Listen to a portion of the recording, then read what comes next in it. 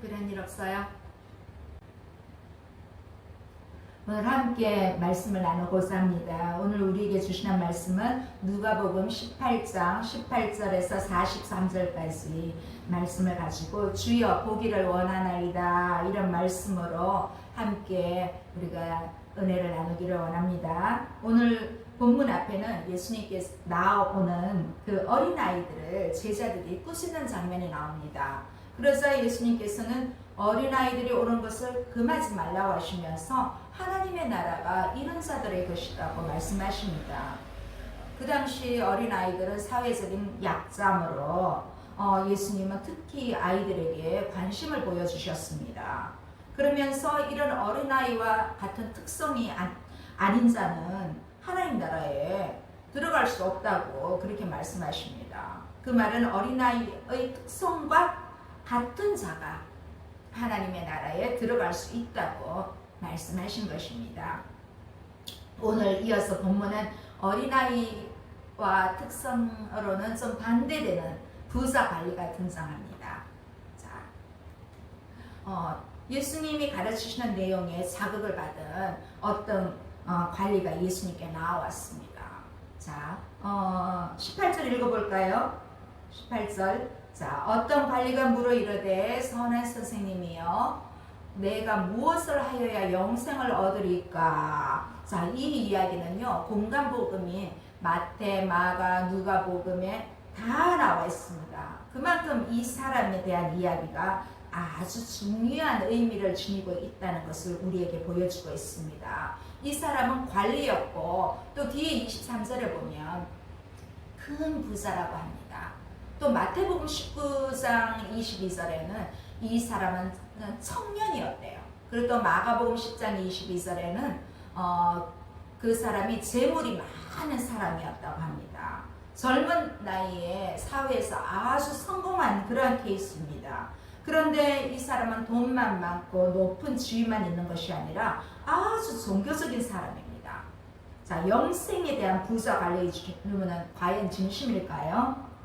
우리 요 장면의 마지막 말미에 보면 예수님 말씀을 듣고 매우 슬퍼하는 모습을 보면 그가 던진 질문은 진심인 듯합니다. 그런데 이 관리는 행위와 지위를 근거로 영생과 복을 확보할 수 있다는 세계관에 머물러 있는 사람입니다. 부자 관리는 어린아이처럼 낮아져야 하나님 나라에 들어갈 수 있다는 말씀을 듣고 나서 자신과 같이 재산이 많고 높은 위치에 있는 신부는 과연 영생을 얻을 것인지 하나님 나라에 들어갈 수 있을 것인지 고민했을 것입니다. 먼저 예수님은 자신을 선하다고 평가하는 점을 문제로 삼으십니다. 자, 19절 20절 볼게요. 예수께서 이르시되 내가 어찌하여 나를 선하다 일컫느냐? 하나님 한 분 외에는 선한 이가 없느니라. 내가 계명을 안 하니 간음하지 말라, 살인하지 말라, 도둑질하지 말라, 거짓 증언하지 말라, 내 부모를 공경하라 하였느니라. 자, 부자 관리는 사회적으로나 경제적으로 아주 고위층 사람으로 철저히 신분 중심으로 상대방을 대합니다. 그래서 예수님을 먼저 선하다고 이렇게 칭찬해 드리며 자신을 향해서도 그에 상응하는 칭찬과 평가를 해 주시기를 기대하면서 선한 선생이요 그렇게 말한 것입니다. 자, 예수님은 부와 권위의 세계에 물든 관리가 사용한 수식어가 잘못되었음을 지적하십니다. 하나님 한 분에는 선한 이가 없다고 합니다. 이어서 그의 영적인 상태를 평가합니다.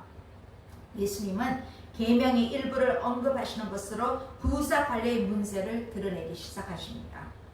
가늠하지 말고, 살인하지 말고, 도둑질하지 말고, 거짓 증언하지 말고, 내 부모를 공경하라. 이런 계명들을 언급하십니다. 이것은 애굽에서 이스라엘 백성들에게 주어진 10계명 중에서 사람에게 관련된 계명들입니다. 예수님이 이렇게 말씀하시니까 그는 그 계명들을 어렸을 때부터 다 지켰다고 대답합니다. 21절 여짜오되 이것은 내가 어렸을 때부터 다 지켰나이다. 좀 오늘식으로 말하면 이 부자 관리는 모든 사람들이 부러워하고 존경하는 그 아마 좀 뼈대 있는 집안에서 태어난 그런 사람으로 봅니다. 그러나 예수님은 이 5계명을 영생의 조건으로 제시하는 것이 아닙니다. 지금까지 부자 관리가 걸어온 가치관과 삶의 방식으로는 영생에 이를 수 없음을 드러내고 있습니다. 그는 계명을 성실히 지키는 증거로 부와 권력의 복을 누린다고 생각했는 것입니다. 예수님이 10계명 이야기를 하셨을 때 아마 그는 자신만만했을 거예요. 그래서 예수님 말씀이 떨어지기 무섭게 자기는 그런 계명을 어렸을 때부터 다 지켰다고 자신 있게 얘기했습니다. 그러자 예수님은 다시 그에게 말씀하십니다. 자, 22, 23절입니다. 예수께서 이 말씀을 들으시고 이르시되 내게 아직도 한 가지 부족한 것이 있으니 내게 있는 것을 다 팔아 가난한 자들에게 나누어 주라. 그리하면 하늘에서 내게 보화가 있으리라. 그리고 와서 나를 따르라 하시니 그 사람이 큰 부자이므로 이 말씀을 듣고 심히 근심하더라. 오늘 여기 22절에 보면 예수님의 말씀은 2개의 명령어로 되어 있습니다. 팔아 나누어 주라. 팔아 나누어 주라고 하십니다. 그렇게 하면 하나님의 약속이 이루어질 것이고 그 다음에 예수님의 길을 따르라고 하십니다. 영원한 생명의 길을 얻는 길은 먼저 자신의 삶의 자리로 돌아가서 내가 가장 중요하게 여기는 것, 하나님보다 더 사랑하는 것을 정리할 수 있어야 한다는 말씀입니다.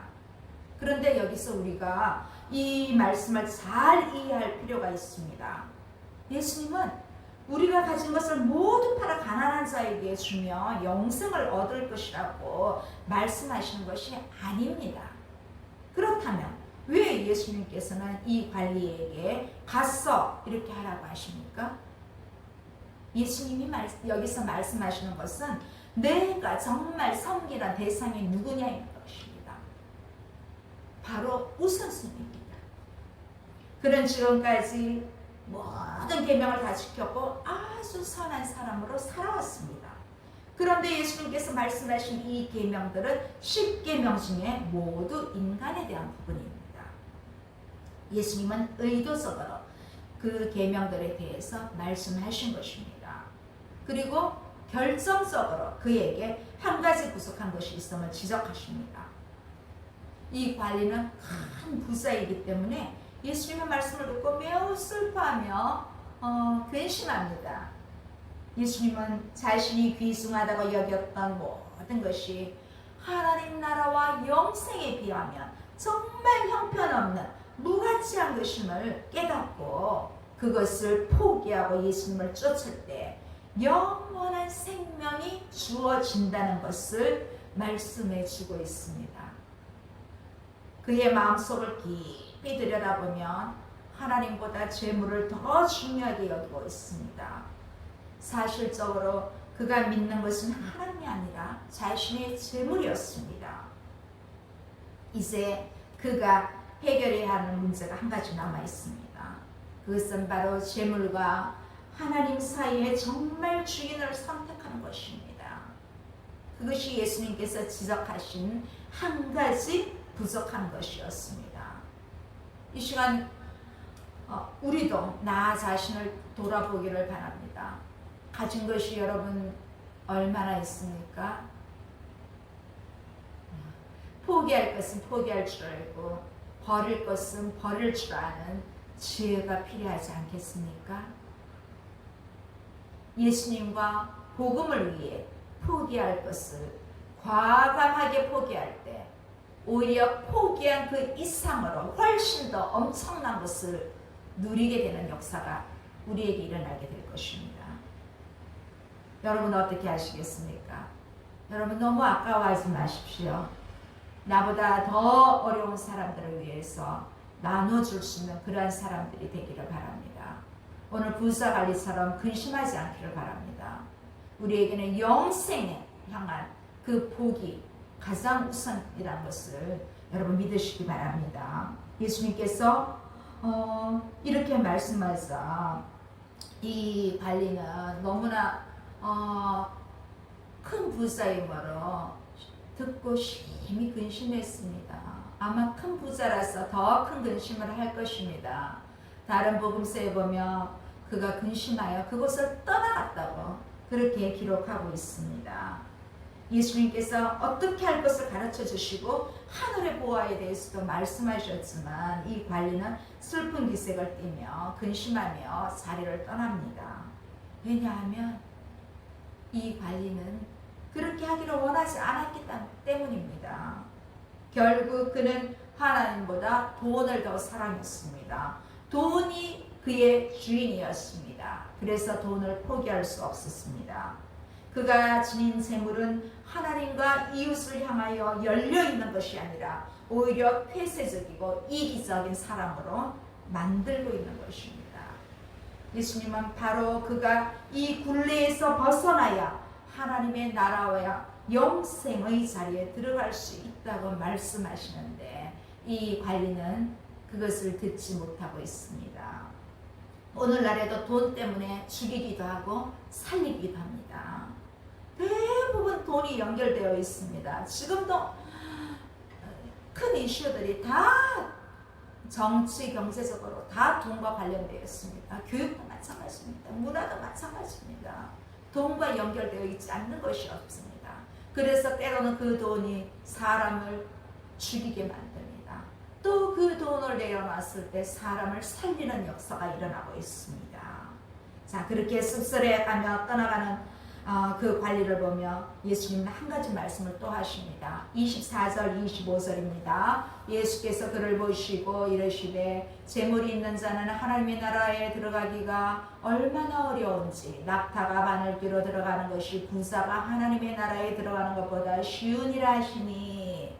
자, 재물이 많은 자는 하나님의 나라에 들어가기 어렵다고 하십니다. 사실 불가능하다고 말씀하시는 것과 똑같습니다. 낙타가 그 작은 바늘귀에 어떻게 들어가겠습니까? 약간의 예수님의 말씀이 과장된 듯 싶지만 우리는 예수님의 이 낙타의 비유로 경고한 내용을 심각하게 받아들여야 합니다. 이 말은 부자가 천국에 들어가는 것은 거의 불가능하다고 하시는 것입니다. 자, 만일 부자 관리가 정말 하나님을 믿었다면 하나님 나라가 그렇게 하찮을 수가, 가벼울 수가 있을까요? 결국 그는 하나님을 믿지 않고 있는 것임을 보여주고 있습니다. 재물의 문제가 영적인 문제라는 것은 여러분 잊으시면 안 됩니다. 이 재물도 영적인 문제와 연결되어 있습니다. 행위의 문제가 아니라 믿음의 문제이기 때문입니다. 돈의 문제는 영원을 결정할 수 있는 아주 중요한 문제입니다. 예수님의 말씀을 듣고 있던 사람들은 부자 관리가 영생을 얻지 못한다면 도대체 누가 구원을 얻을 수 있는지 항의하는 어투로 말합니다. 자, 26, 27절입니다. 듣는 자들이 이르되 그런즉 누가 구원을 얻을 수 있나이까 이르시되 무릇 사람이 할 수 없는 것을 하나님은 하실 수 있느니라. 듣고 있던 사람들이 부자 관리를 보시면서 저 사람이야말로 하나님 나라에서 가장 높은 자리 상석에 앉을 사람이라고 생각했습니다. 그러나 그는 하나님을 믿는 사람이 아니었습니다. 그런데 이렇게 듣는 자들 역시 부자 관리와 동일한 가치관을 가진 사람들입니다. 그들은 현재의 소유와 지위를 영원한 복의 결과로 이해하는 사람들입니다. 예수님은 사람이 할 수 없는 것을 하나님은 하실 수 있다고 단호하게 말씀하십니다. 예수님은 구원을 얻는 데 있어서는 인간의 능력과 하나님의 능력을 대조시킵니다. 인간은 계명을 완전히 지킬 수가 없습니다. 다 지켰다고 해도 행위로는 구원받을 수 없습니다. 최고의 부와 권력을 하나님의 복이라고 아무리 사랑해도 그런 능력으로는 영생에 이를 수 없습니다. 구원은 하나님의 능력으로 주시는 선물이기 때문에 어린아이처럼 하나님의 능력에 의존해야만 구원을 얻을 수 있습니다. 그때 베드로가 예수님께 여쭙습니다. 28절에서 30절입니다. 베드로가 여짜오되 보옵소서 우리가 우리의 것을 다 버리고 주를 따랐나이다. 이르시되 내가 진실로 너에게 이르노니 하나님의 나라를 위하여 집이나 아내나 형제나 부모나 자녀를 버린 자는 현세의 여러 배를 받고 내세에 영생을 받지 못할 자가 없느니라 하시니라. 자, 베드로는 제자들이 모든 것을 보고 우리가 주님을 따랐습니다. 그렇게 말해요. 자, 그때 예수님은 하늘나라를 위해서 집이나 아내나 형제나 부모나 자녀를 버린 자는 현세에도 여러 배를 받고 내세에는 영생을 받지 못할 자가 없다고 그렇게 말씀하십니다. 선언하십니다. 앞으로 이 제자들은 그들의 사역 가운데 하나님의 나라의 가치를 최고로 여기는 것 때문에 가족들의 배척도 받을 것이고 또 하나님 나라의 가치를 위해서 그들이 정말 가지고 있던 귀중한 것들인 집과 가족을 버린 사람들에게는 정말 여러 배의 복을 주신다고 예수님은 말씀하십니다. 무엇보다 내세에는 영생을 얻게 된다고 제자들에게 말씀하십니다. 여기서 우리가 구원의 속성을 보면요, 반전과 역전이 이렇게 공존하고 있습니다. 이제 부자 관리와 관련된 시간이 지난 후에 예수님은 12제자를 데리고 예루살렘을 향해서 올라가십니다. 예수님은 예루살렘으로 올라가는 여정에서 자신이 고난받아 죽을 것이나 3일 만에 부활하실 것을 예고하십니다. 사실 이 예수님께서 죽은 지 3일 만에 부활하신다고 하신 말씀은 제자들에게 여기서 처음 하시는 것이 아닙니다. 이번을 포함해서 이 앞에도 이미 벌써 최소한 3번 정도는 자신의 고난에 대해서 말씀하셨는데도 이 말씀을 듣는 제자들은 여전히 깨닫지 못했습니다. 자, 31절에서 33절 한번 보겠습니다. 예수께서 12제자를 데리시고 이르시되 보라 우리가 예루살렘으로 올라가노니 선지자들을 통하여 기록된 모든 것이 인자에게 응하리라. 인자가 이방인에게 넘겨서 희롱을 당하고 능욕을 당하고 침뱉음을 당하겠으며 그들은 채찍질하고 그를 죽일 것이나 그는 3일 만에 살아나리라 하시되. 자, 예수님은 하나님의 목적을 성취하실 곳인 예루살렘을 향해서 가시려고 합니다. 자, 이제 예루살렘 가까이 이르사 예수님은 하나님이 선지자를 통해 예고하신 모든 것이 인자를 통해서 성취될 것을 더 구체적으로 알려주십니다. 제자들을 비롯한 유대인들은 메시아가 이 땅에 온다면 압제받는 민족의 현실을 뒤엎고 영광스러운 다윗 왕의 시대를 다시 재현해 줄 것이라는 큰 기대를 하고 있습니다. 그들이 생각하는 메시아는 힘없이 저항하지 못하고 고난받는 종과 같은 메시아가 아니라 영광스럽고 열방으로부터 높임받는 그러한 메시아를 기다리고 있습니다. 그런데 인자는 오늘 이방인들에게 넘겨서 조롱당하고 능욕당하고 침뱉음을 당할 것이라고 합니다. 이후에 유대 지도자들은 예수님을 이방인들에게 넘기게 됩니다. 또 그 이방인들은 주님의 죽음을 직접 집행하게 됩니다. 조롱과 능욕과 침뱉음은 앞으로 예수님께서 십자가의 형벌을 받을 것인데 그 십자가 형벌로 인한 수치와 고통을 안게 되는 것을 뜻하고 있습니다. 모욕하는 자들은 십자가에서 예수님을 채찍질하고 또 죽입니다. 그래서 예수님은 심한 고난을 받고 그럼에도 불구하고 죽은 지 3일 만에 주님은 다시 살아나신다는 말씀을 몇 번씩 반복해도 이 제자들은 이해하지 못했습니다. 함께 예루살렘을 향해서 가고 있지만 예수님과 제자들의 목표는 서로 달랐습니다. 그래서 누가는 제자들이 깨닫지 못하는 이유에 대해서 그 말씀이 감추었다라고 표현하고 있습니다. 34절 보겠습니다. 제자들이 이것을 하나도 깨닫지 못하였으니 그 말씀이 감추었으므로 그들이 그 이르신 바를 알지 못하였더라. 자, 메시아가 순환과 죽음을 통해 하나님 나라를 성취한다는 관점은 당시 그 유대인들에게는 없었습니다. 그런 세계관에서 함께 살고 있던 제자들 역시 예수님을 메시아로 그리스도로 고백은 했으나 주님의 죽음과 부활을 받아들이지 못했습니다. 제자들은 예수님이 십자가에서 죽고 부활하신 이후에야 주님의 고난과 부활이 성경에 예고된 진리라는 것을 깨닫게 되었습니다. 제자들이 깨닫지 못했던 사실을 오늘 거짓 맹인이 깨달은 이야기가 이어서 나오고 있습니다. 제자들이 깨닫지 못하던 법과는 대조적으로 여리고의 한 맹인이 예수님으로부터 고침을 받았습니다. 그는 제자들과 달리 앞을 보지 못한다는 치명적인 그러한 결핍에도 주님을 향하는 빛나는 믿음을 보여주었습니다. 그는 나사렛 예수를 다윗의 자손이라 고백하며 간절하게 도움을 구합니다. 35절에서 38절입니다.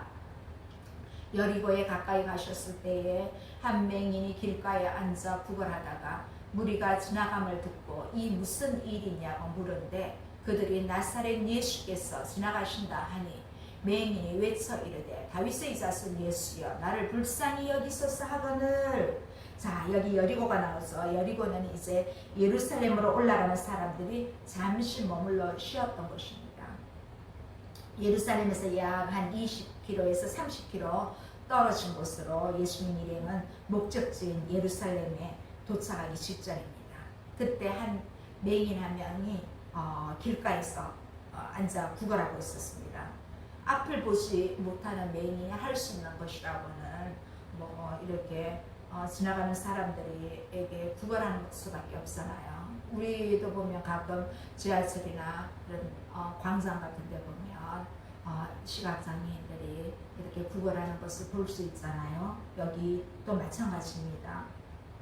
자, 여리고를 지나 예루살렘으로 올라가시는 예수님의 일행으로 거리가 소란스러워지고 맹인은 나사렛 예수가 지나간 것을 듣게 되었습니다.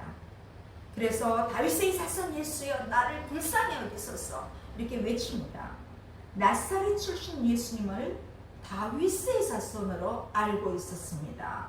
이 거짓 맹인은 마치 예수님이 나사렛 회당에서 자신이 앞으로 메시아라는 그런 정체와 사명을 선언하실 때 그 자리에 있었던 것처럼 예수님께서 수행하는 그 사명의 핵심을 간파하고 있었던 것입니다. 특히 이 맹인은 예수님을 왕을 뜻하는 다윗의 자손으로 부르십니다. 다윗의 자손은 하나님 나라의 왕이므로 왕의 도성인 예루살렘으로 반드시 올라가야 합니다.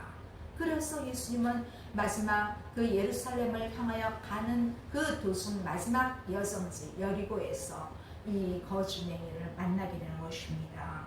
자, 이 다윗의 자손이 통치할 나라는 이 맹인이 눈을 뜨는 그런 한 긍휼의 나라입니다. 그런데 이 앞서가는 사람들이 맹인을 꾸짖습니다. 자, 39절 볼까요? 자, 앞서가는 자들이 그를 꾸짖어 잠잠하라 할 때 그가 더욱 크게 소리질러 다윗의 자손이여 나를 불쌍히 여기소서 하는지라. 자, 무리들 틈에서 한 발자국도 움직일 수 없었던 맹인의 말이 웅성대던 무리의 소음을 뚫고 예수님께 전해지기 위해서는 아마 그는 진짜 젖먹던 힘을 다해서 큰 소리로 악을 쓰며 울부짖으며 소리낼 수밖에 없었을 것입니다.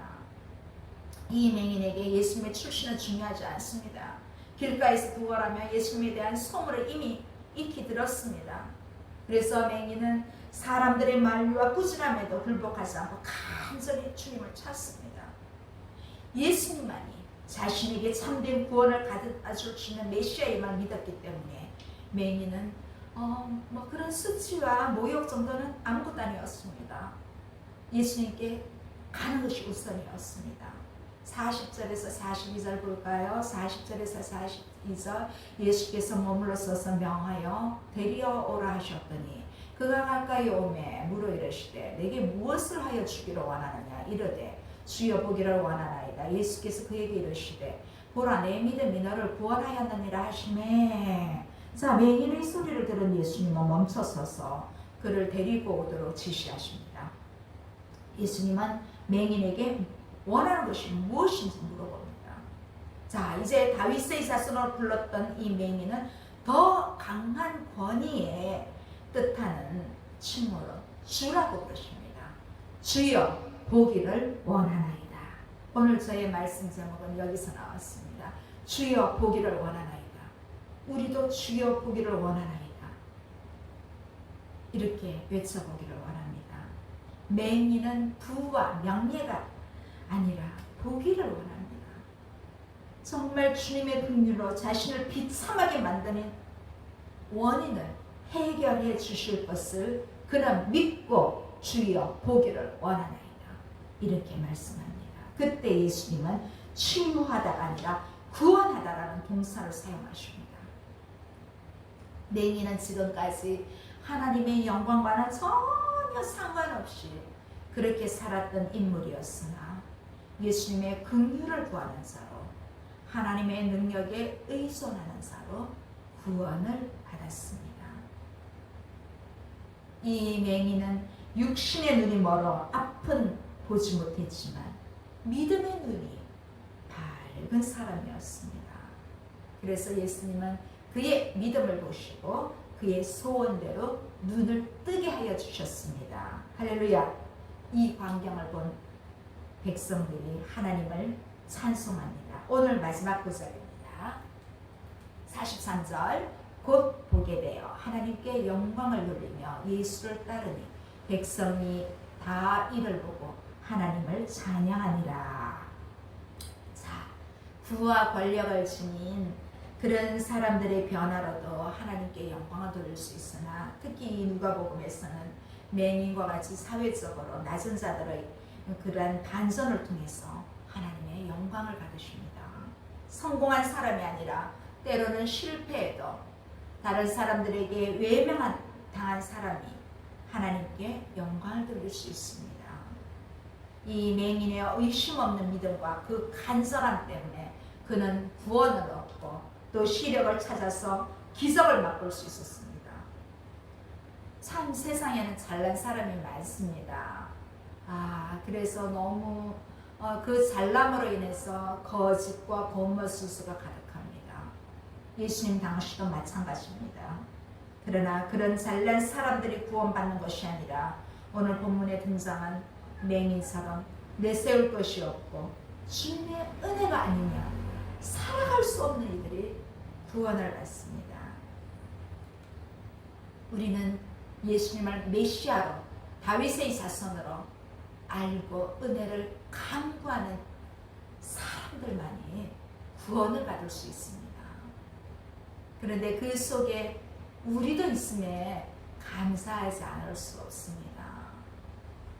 그런데 혹시 우리 가운데 눈뜬 맹인은 아닌가요? 이 시간 간절한 마음으로 주여 보기를 원하나이다 외치며 우리의 삶에 역사하시는 하나님의 손길을 경험하시기를 간절히 소원합니다. 기도하시겠습니다. 살아계신 하나님 아버지 감사합니다. 부자관리처럼 내 상황이 우선되어 내가 표본이 되어 신앙생활하지 않도록 저희를 도와주시옵소서.